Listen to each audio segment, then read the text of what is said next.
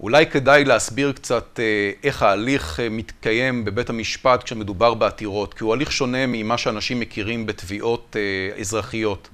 כשמדובר בתביעה אזרחית, אז הצדדים מגישים כתבי טענות, כתב תביעה, כתב הגנה, ואז מתקיים הליך שהוא הליך בירור הראיות עם תצהירים, עם חקירות וכו'. בעתירות אנחנו נמצאים בכלל בסיטואציה שונה לחלוטין. העותר בא ומגיש את העתירה, המשיב מגיש מבחינתו את התשובה בשלב מוקדם, וכשמתקיים דיון, הדיון מתקיים על בסיס כתבי הטענות. כך שאם יש איזשהן טענות או שאלות עובדתיות שהן במחלוקת, לרוב לא מתקיימת חקירה, וכשאני אומר לרוב אני מדבר באמת על 99% מהמקרים. אז צריך לדעת שהעותר, כשהוא מגיש את העתירה, הוא צריך לפרט את כל הנסיבות, להסביר בדיוק עובדתית מה קרה ולצרף את כל המסמכים שנמצאים ברשותו.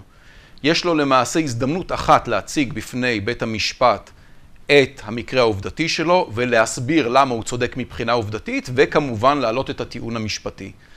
גם צריך לדעת שהדיון בפני בית המשפט הוא דיון שמתקיים, הוא דיון קצרצר, הוא בעצם השלמת טיעונים וזה מאפשר לעותר להשיב לטענות של המשיב, לעותר להשיב לטענות של המשיב, וכמובן זה מאפשר לבית המשפט להתרשם האם יש ממש בעתירה הזאת.